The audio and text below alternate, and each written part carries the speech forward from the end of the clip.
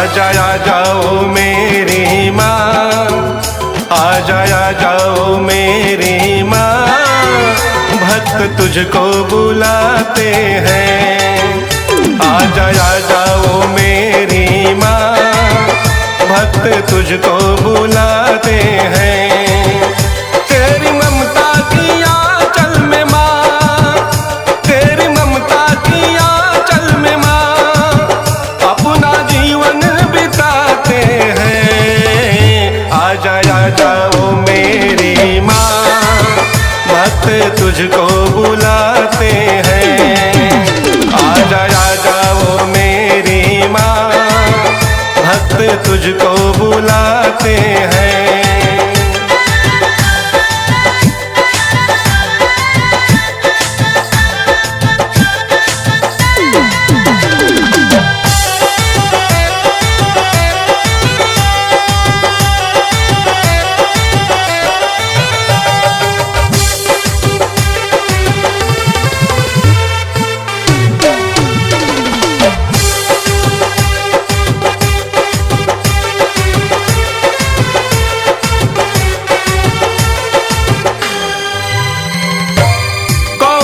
गुण है मालन में माँ, तुम उसकी सुन लेती हो।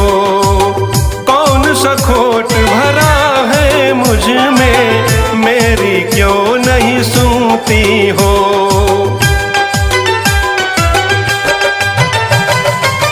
कौन सा गुण है मालन में माँ, तुम उसकी सुन लेती हो।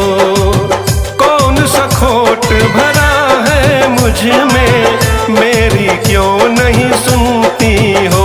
तेरे चरणों में जगदम्बे, जय अम्बे जगदम्बे शेरा वाली माँ, तेरे चरणों में जगदम्बे, अपना दुखड़ा सुनाते हैं।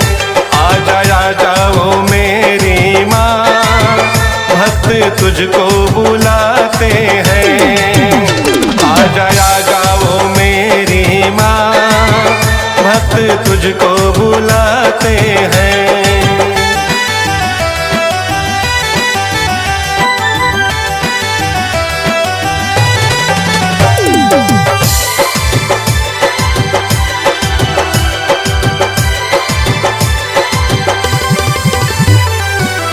तेरी कृपा मुझ पर हो जाए, जिंदगी संवरी जाएगी माँ।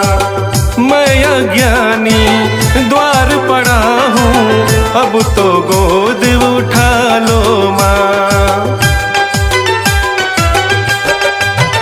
हो तेरी कृपा मुझ पे हो जाए, जिंदगी संवरी जाएगी माँ। मैं अज्ञानी द्वार पड़ा हूँ, अब तो गोद उठा ले माँ। तूने तारा है सबको माँ, वैष्णो देवी जोता वाली मुंबा देवी माँ, तूने तारा है सबको माँ। देवा गीत तेरा गाते हैं। आ जाओ मेरी माँ, भक्त तुझको बुलाते हैं।